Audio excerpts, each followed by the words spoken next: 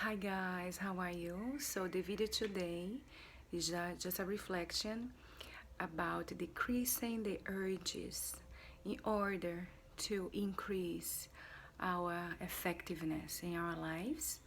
So the urges that elements that they can become a huge impediment for us to progress in mentally, physically, emotionally in situations.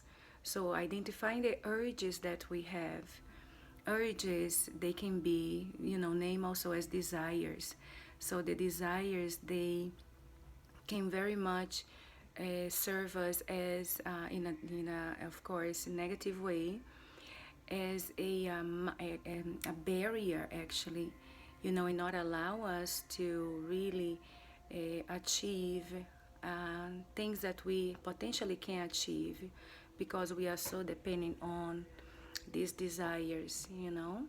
And so it's really necessary that we try to quiet a little bit kindly these urges, and quiet a little bit the impulsiveness, the needs, and then build our lives more in the intention, and also uh, building more the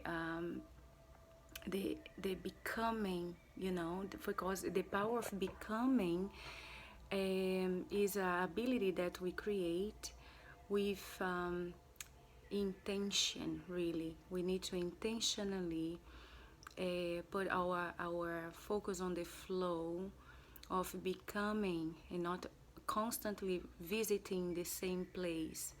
Visiting the same place means stagnation, stillness, but in a negative way, where we feel where we put our lives into paralysis and no progress.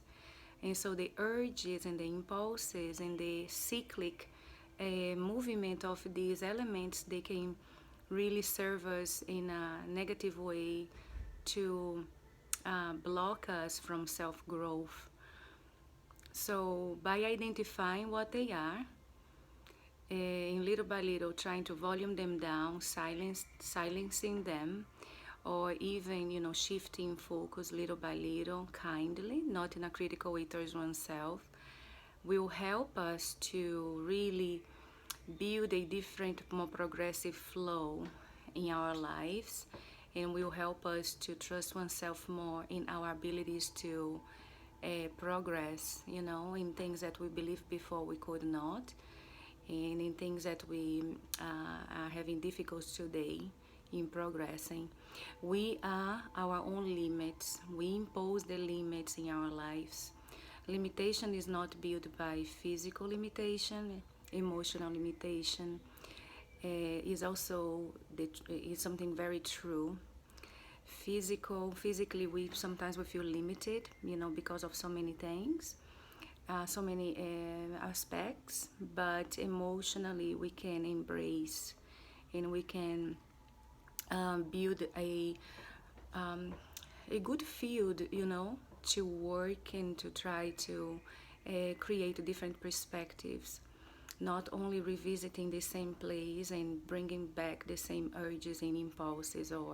And this I'm saying also, based on BPD approach, um, uh, because we use a lot of DBT, BPD, borderline personality disorder. Also, DBT can be used for anxiety and all everything that we deal with emotional arousal, or emotional regulation, that it needs that regulation and to build the distress tolerance.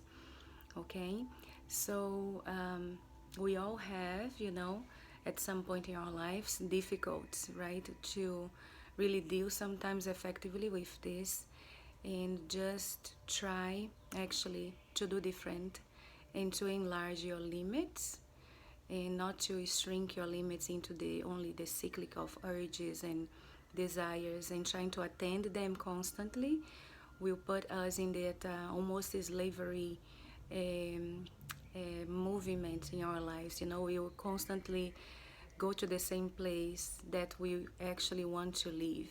You know, that same place is constantly the same place that we end up, because we are actually creating a relationship with oneself that is not a relationship built on trust, but built on doubt. Okay? All right, guys. So I'm going to talk to you very soon. Have a good day. Bye bye.